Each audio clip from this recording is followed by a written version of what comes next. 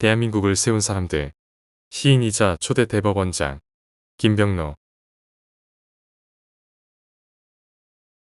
가인 김병로는 초대 대법원장으로 취임해 사법부의 기틀을 다지고 법전 편찬위원장으로 민법, 형법, 형사소송법 등 기본 법률안을 기초했는데 소신 있는 법관, 강직한 공인으로 자세를 철저히 지켰습니다. 법조인의 스승, 사법부의 초석으로 평가받고 있는데 일제강점기 2인, 허언과 더불어 3인이라 불리며 민족, 인권 변호사로 유명세를 떨쳤으며 광복 이후에는 사법부의 기틀을 세우는 데 큰 공헌을 했습니다. 대한민국 사법법 제2법 법조윤리에 네 기둥이 전부 그로부터 나왔다고 해도 과언이 아닐 정도인데 사도법관 김웅섭 전 서울고등법원장, 검찰의 양심 최대규 전 서울고검장과 더불어 법조 삼성이라고 존경받고 있습니다. 그는 1888년 전라북도 순창군 복흥면에서 출생했는데 9살의 아버지 김상희를 잃고 가장이 되었으며 조선 최후의 거유라 불리는 전후의 문화에서 성리학 교육을 받았습니다. 1905년 을사늑약이 체결되자 17세의 나이로 최익현의 의병부대에 가담해 을사의병으로 활동했고 1906년 창흥학교에 입학했으며 1910년 일본으로 건너가 니혼대학과 메이지대학의 두 학교 법학과를 다녔습니다. 그러나 폐결핵으로 귀국을 하고 1912년에 다시 일본으로 건너가 메이지대학 3학년에 편입했는데 일요일마다 제동경 조선인 유학생 학우회 집회에 나가 제1유학생들의 민족의식 고취 활동을 했습니다. 1914년 주호대학 고등연구과를 다니는데 교수가 변호사 시험 응시를 권유할 정도의 실력으로 일본 변호사 시험 응시 서류를 제출했으나 일본인 외에는 변호사 시험에 응시할 자격이 없다는 결정으로 귀국을 했습니다. 귀국한 뒤 경성전수학교 조교수로 출강하고 보성법률상업학교의 강사로 형법과 소송법 강의를 맡았으며 1919년 경성전수학교 조교수를 사임한 후 부산지방법원 밀양지원 판사가 되었으나 1년 만에 그만두었습니다.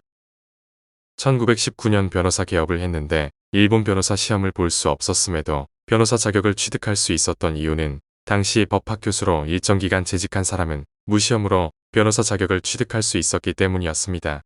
변호사 시절 그는 수많은 독립운동 관련 사건을 무료 변론했는데 법정에서는 유조리 최열렬, 즉 조리가 있고 가장 열렬한 변론을 펼쳤다는 평가를 받았습니다. 피고인들이 마음의 독립을 품었다는 이유로 처벌하려면 조선인 전체를 처벌해야 할 것이다라는 말을 남기기도 했는데 1927년 좌우합작 성격의 합법적인 단체였던 신간회에서도 적극 활동을 했습니다. 1929년 광주 학생항일운동이 일어났을 때는 한국인의 편에서 진상을 조사하기도 해서 대표적인 민족 변호사이자 허언, 이창희와 함께 민권변호 삼총사로 불리기도 했습니다. 일제의 폭정이 점점 심해지자 1932년부터는 경기도 양주군으로 내려가 농사를 지으면서 광복될 때까지 13년간 은둔생활로 일관해서 창씨 개명을 하지 않았고 조선 총독부의 배급도 받지 않았습니다. 1932년 당시 그는 보성전문학교의 이사였는데 이때 인촌 김성수와 교섭해 김성수가 재단을 인수하는 데 도움을 주었으며 훗날 고려대학교의 종합대학 승격에도 기여했습니다. 판사의 판결은 대법원장도 말할 수 없다. 김병로는 광복 직후 안재홍을 통해 조선건국준비위원회에 가담하려고 했으나 이내 곧 건준이 중앙위에서 조선공산당 재건파가 주도권을 잡아 조선인민공화국이 선포되자 반대 의사를 밝히며 합류하지 않았습니다. 1945년 9월 초 한국민주당 창당에 참여했고 이듬해인 1946년 좌우합작운동 활동 당시 합작 노선을 지지했으며 이후 남조선 과도정부 사법부장을 지냈습니다. 이 시기 가장 강경한 토지개혁 아닌 무상분배를 주장한 그는 합작 노선에 반대하고 토지개혁에 미온적인 한민당을 탈당하려고 했으나 김성수의 설득으로 탈당은 하지 않았습니다. 1948년에 초대 대법원장으로 임명되었는데 당시 이승만 대통령은 그가 대법원장이 되는 것을 원치 않았으나 국무회의에서 만장일치로 대법원장은 김병로밖에 없다고 해서 임명이 되었습니다. 그렇다 보니 그는 최고 권력자인 이승만에게 아무런 빚이나 부담이 없었으며 눈치 보지 않고 소신 판결을 마음껏 낼 수 있었는데 이승만은 그가 김규식 개파라면서 견제했지만 먹히지는 않았습니다. 반민특위 특별재판부장으로도 활약한 그는 토지개혁뿐 아니라 친일파 청산에서도 적극적인 입장으로 역시 일제강점기의 인권변호사였던 이인 법무부 장관이 친일파 청산에 소극적인 입장과 다른 모습을 보였습니다. 이인은 결국 경찰의 습격 이후 유명무실해진 반민특위를 해체하는데 이것은 당시 김병로는 김규식 계열, 이인은 이승만 계열로 활동했던 것과도 무관하지 않을 것입니다. 1950년에는 골수암 치료 때문에 한쪽 다리를 절단했고 설상가상으로 다리를 절단한 지 얼마 되지 않아 6.25가 터져 불편한 몸으로 피난 생활을 했습니다.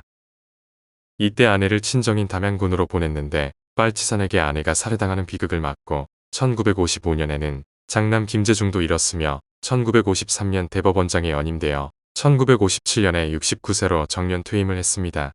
그는 1952년 국군의 거창양민 학살 사건 국회조사단장으로 활동하던 의원이 군인 간부를 권총으로 사살한 혐의로 기소되자 1심 재판부는 군인이 의원을 먼저 살해하려고 했다는 항변의 정당방위로 무죄를 선고했습니다. 이에 이승만 대통령이 현역 장교를 권총으로 쏴 죽였는데 무죄란이 될 말인가라며 판결을 비난하자 대법원장이었던 김병로는 판사가 내린 판결은 대법원장인 나도 이래라 저래라 말할 수 없는 것이라고 답했습니다.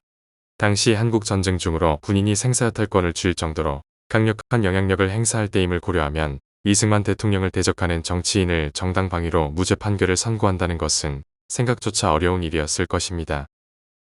1950년대에 박봉을 호소하는 판사에게 나도 죽을 먹으면서 살고 있으니 조금만 더 참고 국민과 같이 고생해 보자고 설득했다는데 그의 호가이는 나라 없이 방황하는 자신의 모습을 빗댄 것이라고 합니다.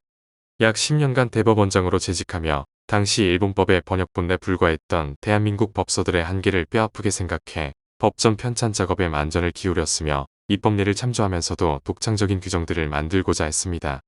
특히 민법전의 제정에 많은 노력을 기울였는데 민법의 신의 성실과 권리 남용, 물권 변동의 형식주의 등은 모두 김병로의 손에서 나온 것들이지만 구시대적 유교 사상이 배인 친족상속법은 비판을 받기도 했습니다.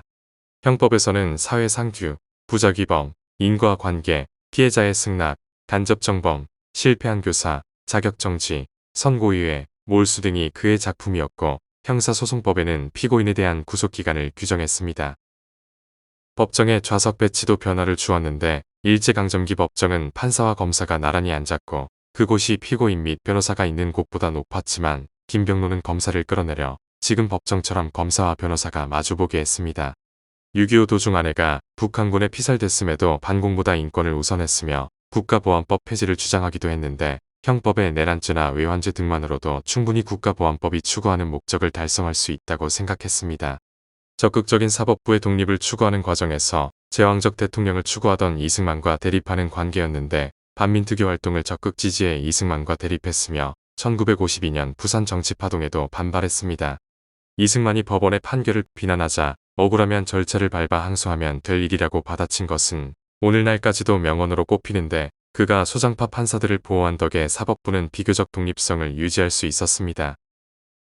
정년 퇴임 후 변호사로 활동했고 1960년 제5대 국회의원 선거 때 고향인 순창군에서 민의원 후보로 출마했으나 민주당 홍영기 후보에 밀려 낙선했는데 낙선 이유는 벽보만 붙이고 선거운동을 안 했기 때문이라고 합니다. 선거운동을 안 한 이유는 어떻게 아랫사람들한테 표를 달라고 고개를 숙이냐는 것으로 유력자로서 김병로의 한계를 보여주는 대목이지만 그럼에도 무려 44.6%를 득표했다고 합니다. 5.16 군사정변 이후 박정희의 민정참여와 군정지속을 반대했고 1963년 민정당 대표 최고위원과 국민의당의 창당에 참여해 대표 최고위원으로 윤보선, 허정과 함께 야당 통합, 대통령 단일 후보 조정 작업 등을 했습니다. 말년인 1963년 건국공로훈장 단장을 수훈받았으며 이듬해인 1964년 향년 75세로 사망했는데 장례는 사회장으로 치러졌습니다. 슬하의 김재중, 김재열, 김재옥의 3남과 딸을 두었는데 차남 김재열은 변호사였으며 김종인 전 국회의원이 김병로의 친손자로 가족 모두 청렴한 삶을 산 것으로 유명합니다. 그는 법관은 양심과 이성을 생명처럼 여겨야 한다고 강조하고 솔선수범하며 실천했는데 대법원장을 퇴임하면서 사법 종사자에게 굶어 죽는 것은 영광이라고 생각한다는 말을 남겼습니다. 가인 김병로는 한국사 시민강좌가 대한민국을 세운 사람들 32명을 선정할 때 군사법률경제부문의 한 사람으로 선정되었습니다. 오늘 대한민국을 세운 사람들은 시인이자 초대 대법원장인 김병로였습니다.